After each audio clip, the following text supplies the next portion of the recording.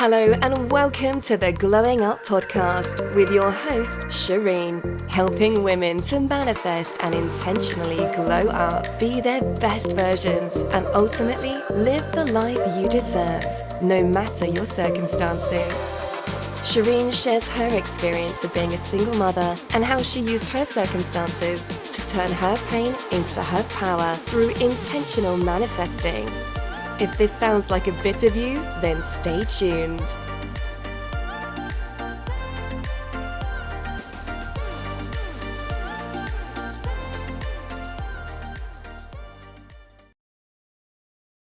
Hello, everyone, and welcome back. So let's talk.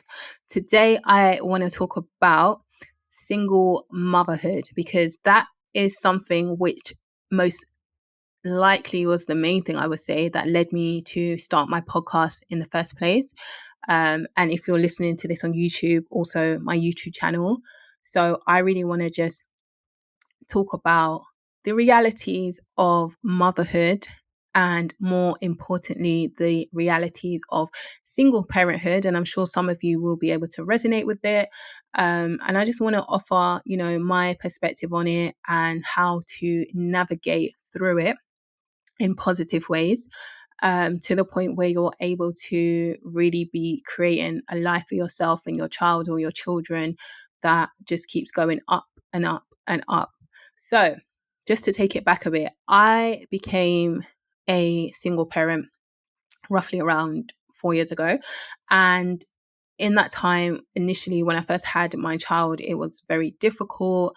I think I definitely underestimated the realities of motherhood.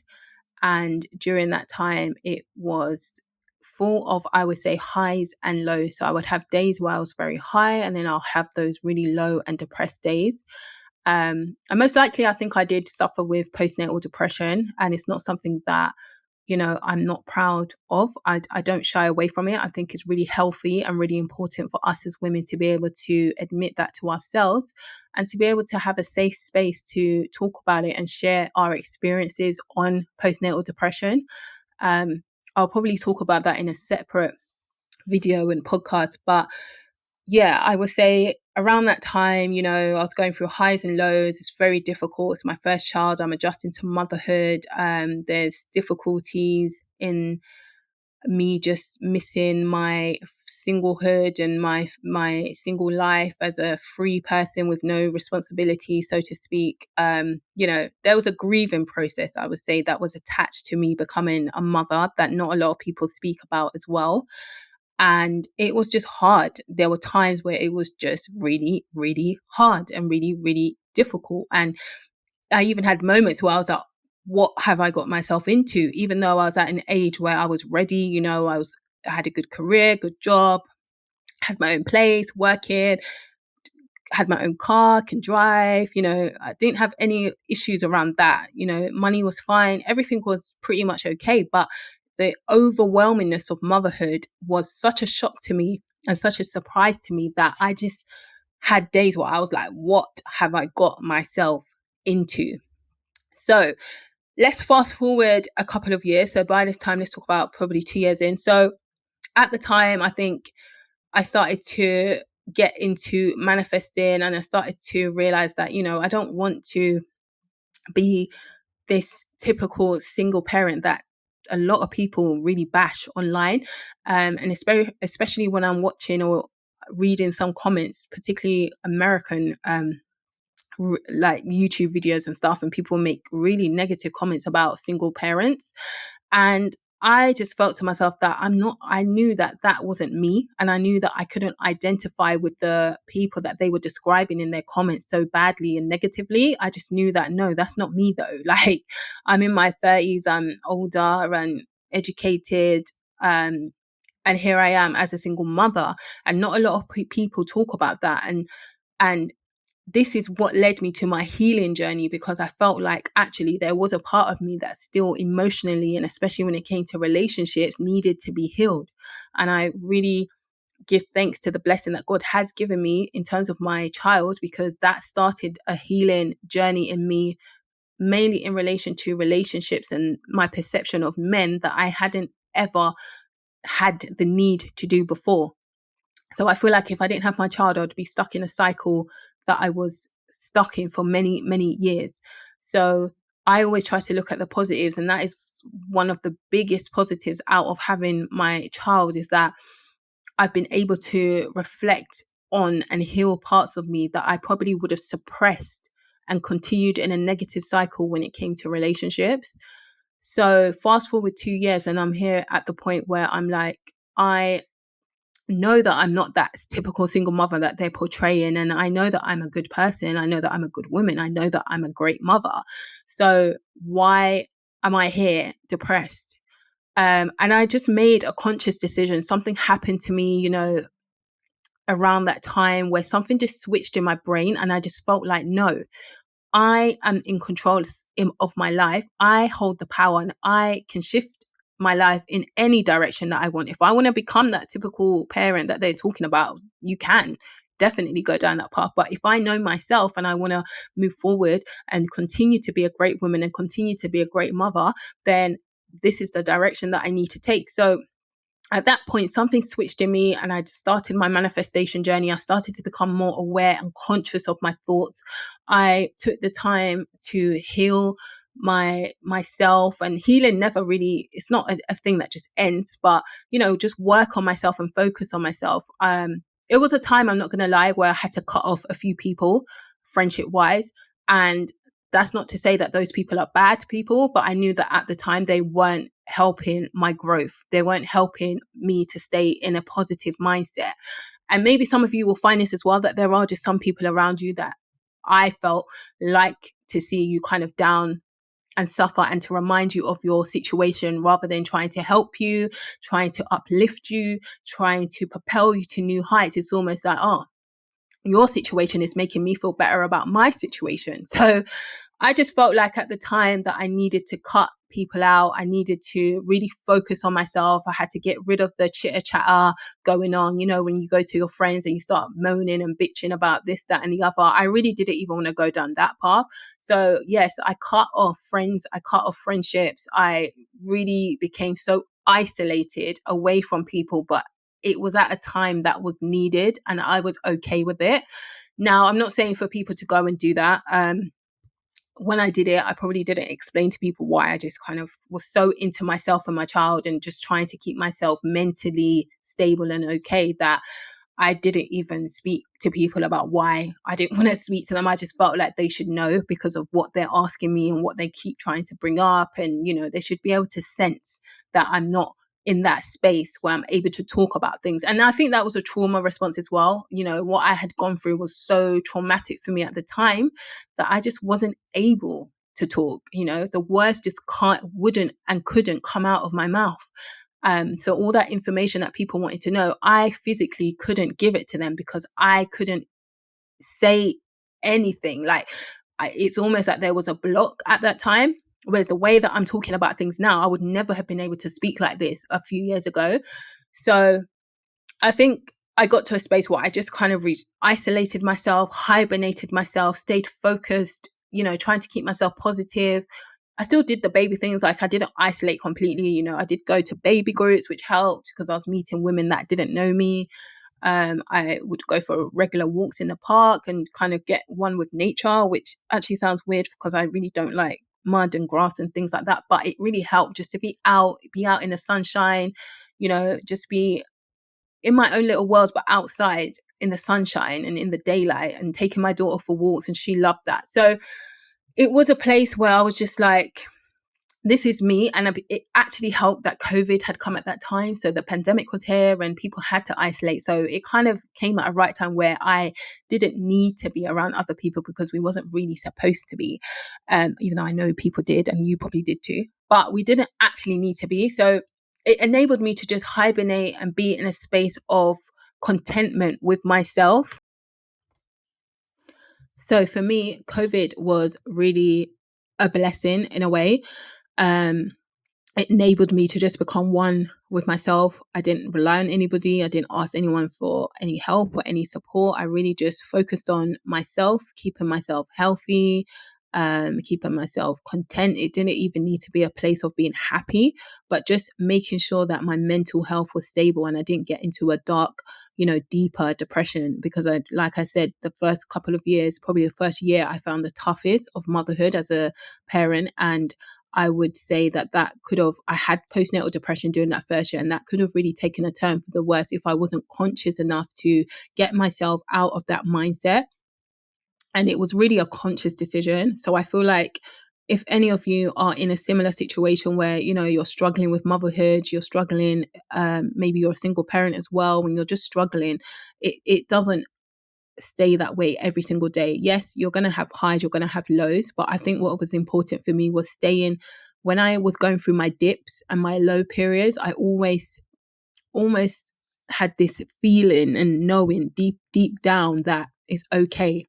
Feel this way today. It's okay to feel like that. It's okay to feel down. You don't have to front it. You don't have to put a smile on your face every single day.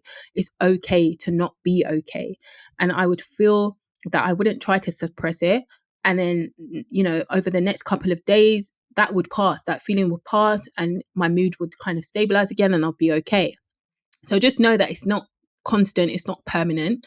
And don't suppress feelings. That it's okay to not be okay. It's okay to cry. It's okay to feel like, you're not maybe doing enough when really you are. Remind yourself that you're doing the best that you can each and every day. And if it does get to the point where you really are struggling, like don't be, too prideful to ask for help. Ask for that help, whether it's from a family member, a friend, whether it's from a professional. Like seek out help from someone that you trust, who can help you and be there for you. Not necessarily every day, but for me, I had counseling. So during the first year of motherhood, I did refer through my midwife actually. And I just said, you know what, I feel like I need counseling. And she made a referral for me. And it was with a group. I don't think they even exist now, but it was with a counseling service that offered it online on a weekly basis for an hour. And it was specifically for mothers and pregnant women. So women who had children under 5 and pregnant women.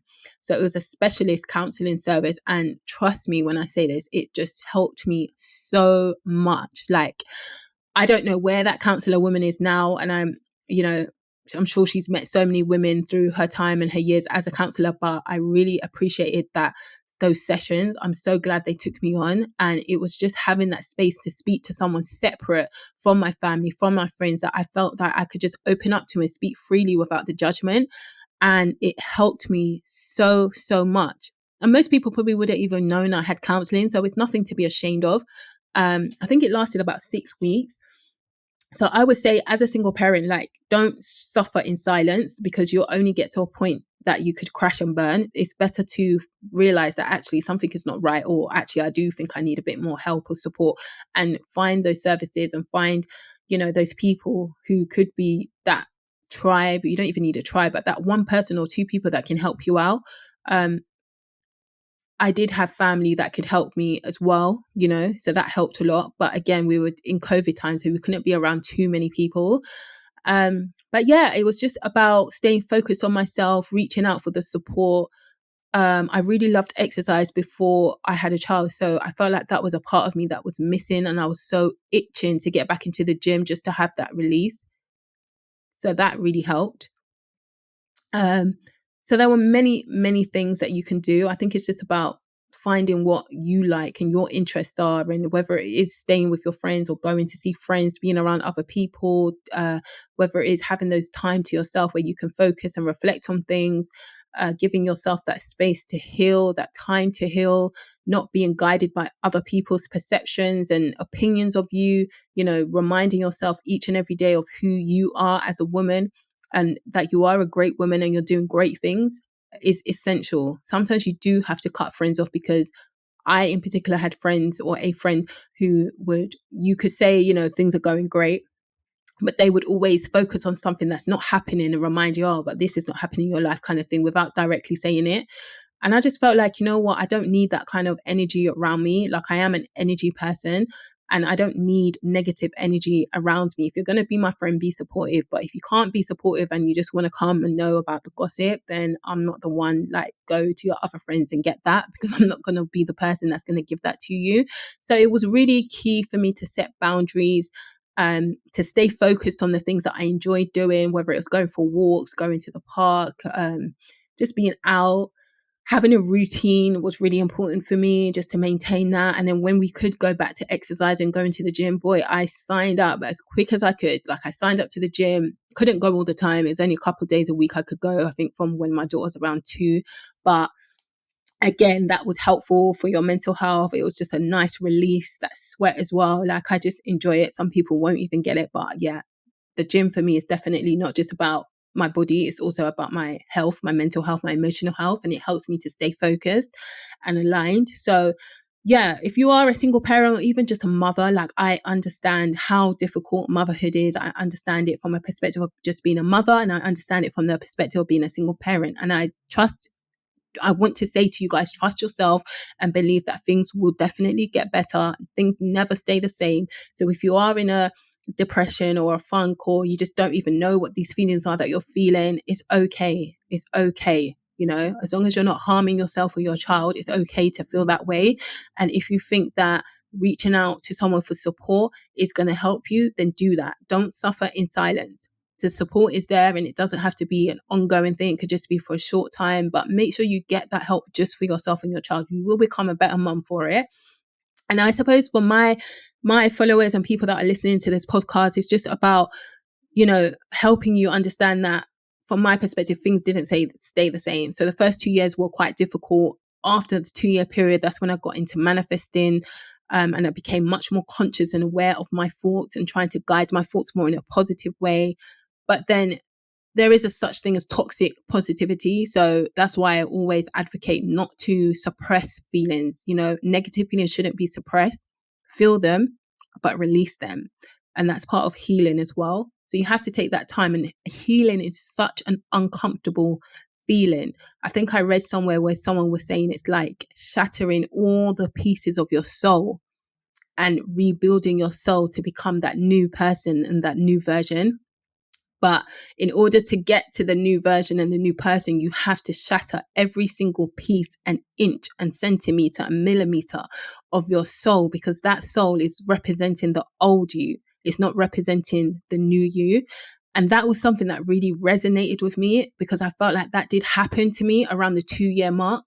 It's quite a spiritual thing, actually, that really did happen to me. And it's almost like a rebirth of yourself and a rebirth of your soul. So you will even find that when you get connected again with people and you're connecting back with maybe old friendships, the friendships are not the same, because your mindset has changed, because you know that you can't settle for certain things anymore, or settle for certain behaviors and certain actions from people. So there'll be certain things that just have made you feel like you've definitely evolved your mindset to a point where even some friendships or relationships cannot stick or be the same as they once were. And that is definitely something that happened to me. I just want to say that that's not a bad thing. It just means that you're going to bring in new people, new situations, new experiences, new knowledge, guidance, whatever you need. It's going to bring in new people that are going to match the second person, the new version, the mindset that you're operating at now. So if you are a single parent, or even women out there just being mothers and, you know, finding that adjustment difficult, it doesn't stay like that. It does change. People keep telling me it changes because children do grow and they grow up very quickly. We just have to learn how to navigate through those changes and stay on the right path and know ourselves and not let anybody interfere with that. And if you can sense that people are coming with, you know, bad energy, you need to give a lot of energy to your children or your child. So you can't be entertaining negativity or toxicity, negative behaviors from people. We just don't have the time for it. Well, I definitely just don't have the time for it as a single mom to be entertaining bullshit.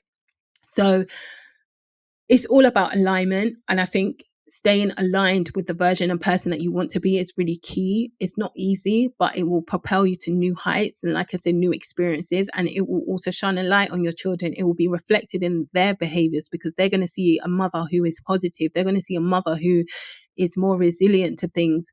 They're going to see a mother who's continuing with life and showing them and being a good role model, regardless of the situation or situation. So it is key. It's really key to focus on yourself. It's not selfish. It's required. It's a requirement if you're going to be a good parent, because your children or your child is looking up to you every single day.